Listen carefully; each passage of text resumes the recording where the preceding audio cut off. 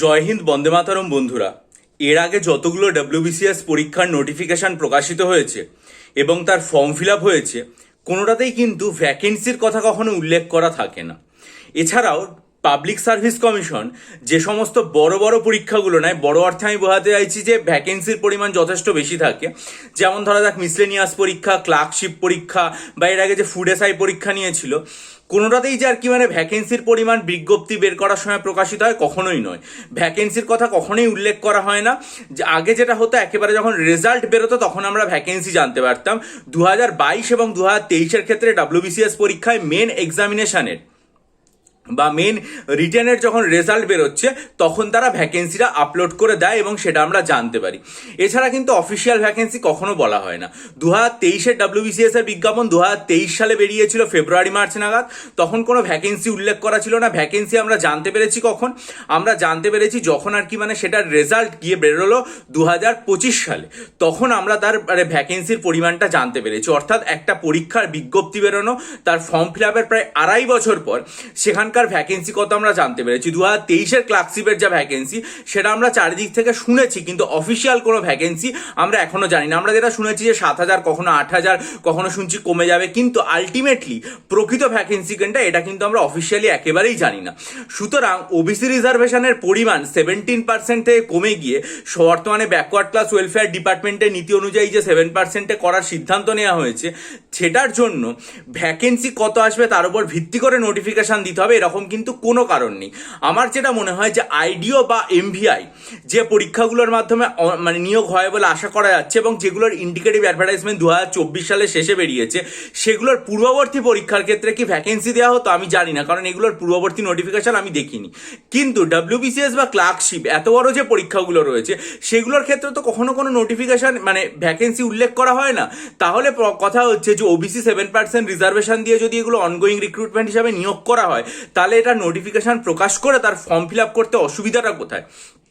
Public service কমিশনের কাছে আমরা অলরেডি প্রত্যেকটা সংবাদপত্রে দেখেছি যে group A, group B, group C কোনটাতে কত লোক নিতে হবে সেটার মোটামুটি একটা লিস্ট পাবলিক সার্ভিস কমিশনের কাছে এসে পৌঁছেছে এবং সেটা প্রত্যেকটা সংবাদপত্রে অফিসিয়ালি প্রকাশিত। আমি আমার চ্যানেলেও আলোচনা করেছি। তাহলে তারা তো এই মুহূর্তে মোটামুটি বুঝতে পারছে যে কত একটা লোক নিতে হবে, অর্থাৎ নিশ্চয়ই লোক নিতে হবে। এবার যদি দেখা যায় যে সেই জায়গাতে ভ্যাকেন্সি জেনারেল ক্যাটাগরিতে বাড়বে বা আনরিজার্ভের যে ভ্যাকেন্সি বাড়বে এবং সেই ভ্যাকেন্সির পরিমাণ ওবিসিতে 10% কমলে সেটা রিকাস্ট হয়ে বিভিন্ন জায়গা থেকে পুনরায় আসবে, কিন্তু সেটাকে তো এখনই প্রকাশ করতে হচ্ছে না পিএসসিকে, তো সেটা আজ থেকে হয়তো 1 বছর পরে প্রকাশ করতে হবে। তাহলে পাবলিক সার্ভিস কমিশনের উচিত এই মুহূর্তে আগস্ট মাসের মধ্যে 2টো পরীক্ষার ভ্যাকেন্সি অন্তত প্রকাশ করে দেওয়া, যেগুলোর ভ্যাকেন্সি তারা যখন নোটিফিকেশন প্রকাশ করে বা ফর্ম ফিল আপ প্রকাশ করে সেটাতে করে না। যেটা হচ্ছে 2টো বড় বড় পরীক্ষা। একটা হচ্ছে ডব্লিউবিসিএস 2025, যার বিজ্ঞপ্তি গত বছর অগস্ট মাসে প্রকাশিত হয়েছিল, ইন্ডিকেটিভ অ্যাডভার্টাইজমেন্ট 1 বছর হয়ে গেছে, তার এখনো পর্যন্ত কোনো ডিটেল নোটিফিকেশন আসেনি। আর একটা যেটা প্রকাশ করা উচিত সেটা হচ্ছে ক্লার্কশিপ, যেটার বিজ্ঞপ্তি 1.5 বছরের বেশি, 1 বছর 8 মাস হতে চললো, তার একটা ডিটেল নোটিফিকেশন প্রকাশ করা উচিত অবশ্যই এবং তার ফর্ম ফিল আপ শুরু করে দেওয়া উচিত। এই দুটো পরীক্ষা অন্তত পুজোর আগে তাদের যে ফর্ম ফিল আপ সেটা অবশ্যই পরিপূর্ণ করে দেওয়া উচিত। তার সাথে যদি সম্ভব হয় যেগুলোর ভ্যাকেন্সি দ্বারা এই মুহূর্তে কোনো রকম প্রয়োজন নেই, সেটা যদি আইডিওর ক্ষেত্রে হয়, এমভিআই এর ক্ষেত্রে হয় বা অন্যান্য আরও ইন্ডিকেটিভ অ্যাডভার্টাইজমেন্ট যেগুলো নোটিফিকেশন প্রকাশিত হয়ে বেরিয়ে আছে বা যেগুলো প্রকাশিত হতে পারে কিন্তু ভ্যাকেন্সি এই মুহূর্তে দেওয়ার দরকার নেই, পরবর্তীকালে যখন রেজাল্ট বেরোবে মেন্সে তখন দেবে, তাহলে সেগুলোর আমার মনে হয় যে আটকে রাখার আর কোনো দরকার নেই। পরীক্ষার্থীরা এত দিন ধরে দীর্ঘদিন অপেক্ষা করে আছে নতুন যে নোটিফিকেশন সেটার জন্য। সব থেকে যন্ত্রণার ব্যাপার সেটা হচ্ছে ইন্ডিকেটিভ এসে গেছে কিন্তু তাদের এখনো পর্যন্ত ফুল নোটিফিকেশন আসেনি, তার 1 থেকে 1.5 বছর হয়ে গেল।